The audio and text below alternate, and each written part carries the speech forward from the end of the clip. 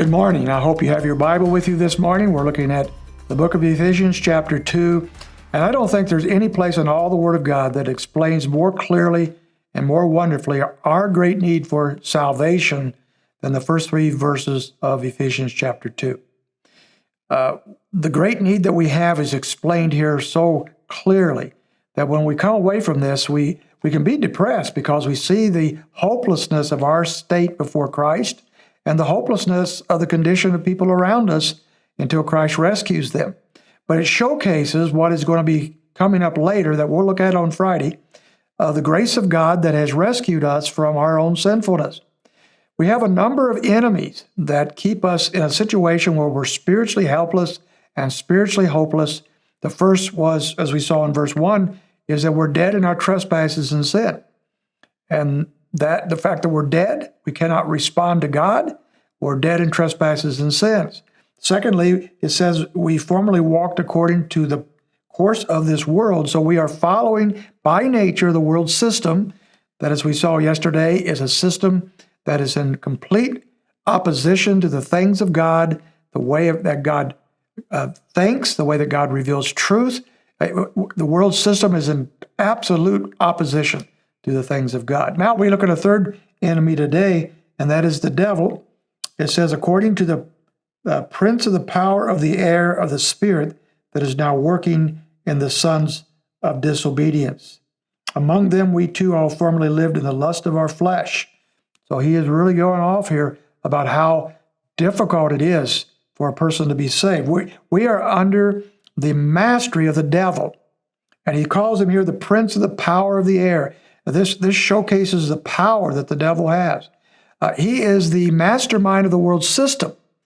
He is the one that leads the world system, and therefore the world system that is in opposition to God is in opposition to God because Satan leads it in that direction. Now again, as we have been doing all week, we've been trying to look at cross-references that help us understand what this text is saying. And again, as you find them yourself, write them down. Don't just take mine or a commentary. Go for it yourself. You'll find that very enriching.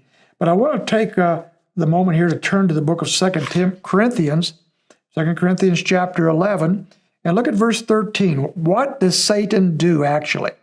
I mean, what is his main weapon? What is his main methodology to keep us under wraps, to keep us ensnared, to keep us enslaved to him? What is his main mechanism?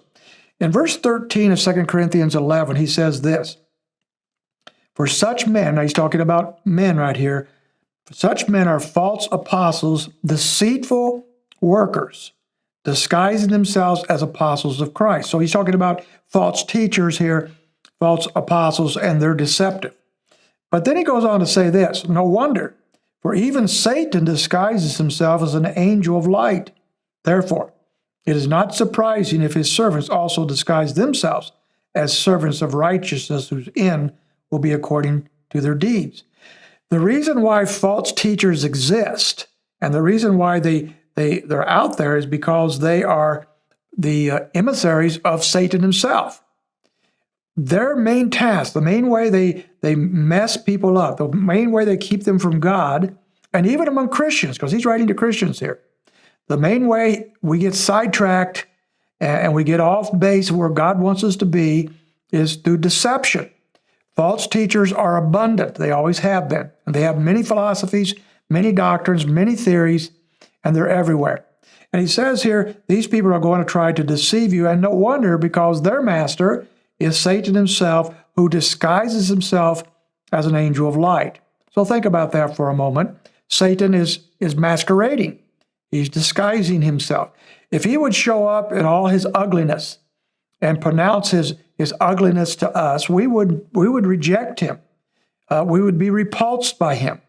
But instead, he shows up as an angel of light. And so he is showing up as if he is one of the Lord's angels who is spreading the light of truth to us. But the truth is, he's not. He is instead deceiving people, and people who buy into that deception are being deceived and living a false life. So with that in mind, we go back to our passage very quickly, and it says that we walk according to the prince of the power of the air, the spirit that is now working in the sons of disobedience. And so the reference here is this: the unbeliever is so deceived that they cannot see the way of God. They cannot know the way of God left to themselves. They're unable, impossible, because Satan is controlling the narrative. That's an ugly picture, isn't it? We're going to get happier before the week is over. So you have a wonderful day in the Lord. We'll pick this up tomorrow.